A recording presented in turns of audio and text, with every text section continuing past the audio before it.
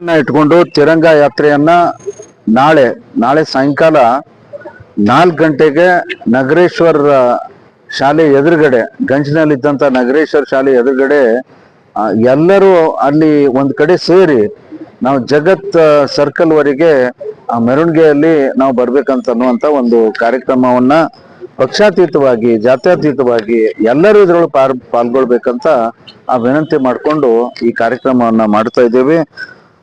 ನಾವು ಸೇನೆದೊಂದಿಗಿದ್ದೇವೆ ಅನ್ನೋದು ಒಂದು ವಿಚಾರ, ಮತ್ತು ಇನ್ನೊಂದು ಆಪರೇಷನ್ ಸಿಂಧೂರ್ ಜೊತೆಗೆ ರಾಷ್ಟ್ರ ಇದೆ ಅಂತ ಅನ್ನುವಂತ ಎರಡು ಕಲ್ಪನೆ ಇಟ್ಕೊಂಡು ಆ ಒಂದು ದೊಡ್ಡ ಪ್ರಮಾಣದ ಒಂದು ಮೆರವಣಿಗೆಯನ್ನ ಮಾಡ್ಲಿಕ್ಕೆ ನಾವು ಹೊರಟಿದ್ದೇವೆ. ಈ ಸಂದರ್ಭದಲ್ಲಿ ನಾವು ವಿನಂತಿ ಮಾಡೋದಿಷ್ಟೇ, ಎಲ್ಲಾ ಜನಾಂಗಕ್ಕೆ, ಅದು ಮಠಾಧೀಶರಾಗ್ಲಿ, ವಿದ್ಯಾರ್ಥಿಗಳಾಗ್ಲಿ, ಪಾಲಕರಾಗ್ಲಿ ಮತ್ತು ಎಲ್ಲ ಶಿಕ್ಷಣ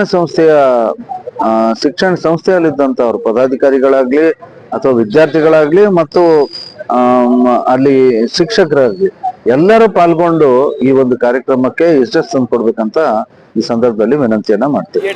ಎಲ್ರಿಗೂ ನಮಸ್ಕಾರ. ಭಾರತ ಸಿಂಧೂರ್ ಆಪರೇಷನ್ ಏನು ಮೋದಿಯವರು ಮಾಡಿದ್ರು, ನಮ್ಮ ಹಿಂದೂ ಸೇನೆ ಏನದ, ಭಾರತ ದೇಶದ ಸೇನೆ ಅದ ವಿಶ್ವಕ್ಕೆ ಒಂದು ಮಾದರಿ ಒಂದು ತೋರಿಸ್ಕೊಟ್ಟಂಗಾಯಿತು. ಇಡೀ ವಿಶ್ವವೇ ನಮ್ಮ ಕಡೆ ತಿರುಗಿ ನೋಡ್ಲಾರ್ದಂಗೆ ಸಿಂಧೂರ್ ಆಪರೇಷನ್ ಕಾರ್ಯಕ್ರಮ ಆಯಿತು.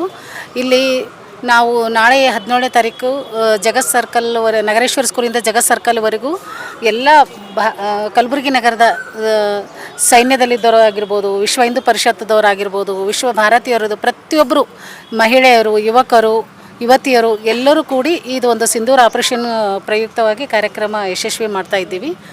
ಎಲ್ಲರೂ ಸಹಕಾರ ಇರ್ತದೆ ಅಂದ್ಕೊಂಡಿನಿ. ದಯವಿಟ್ಟು ಎಲ್ಲರೂ ನಾಳೆ ಬರಬೇಕಾಗಿ ವಿನಂತಿ. ನಮಸ್ಕಾರ.